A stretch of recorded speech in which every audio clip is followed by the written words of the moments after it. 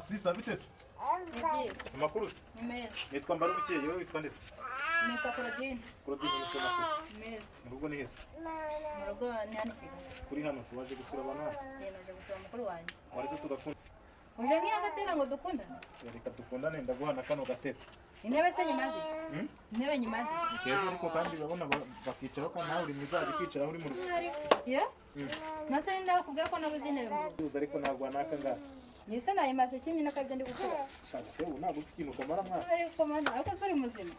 Ubundi uri muzima, ubundi uteye uturuka. Ndi muzima pe nuko yana rimwishima kwa kurukundo cyekana niba utabikunda. Wote mu rugo ni he? Nubwo ni Kabgayi. Ega basore ni Kabgayi. Ndabona sinzi cyangwa mutari na muzima. Subanya burundu ko. Akundana n'umuntu. Yiyicarireho sha. Yitara? Kuyuwesha. Tuyurubura gitubanza hararuka iwacu nta sambu nini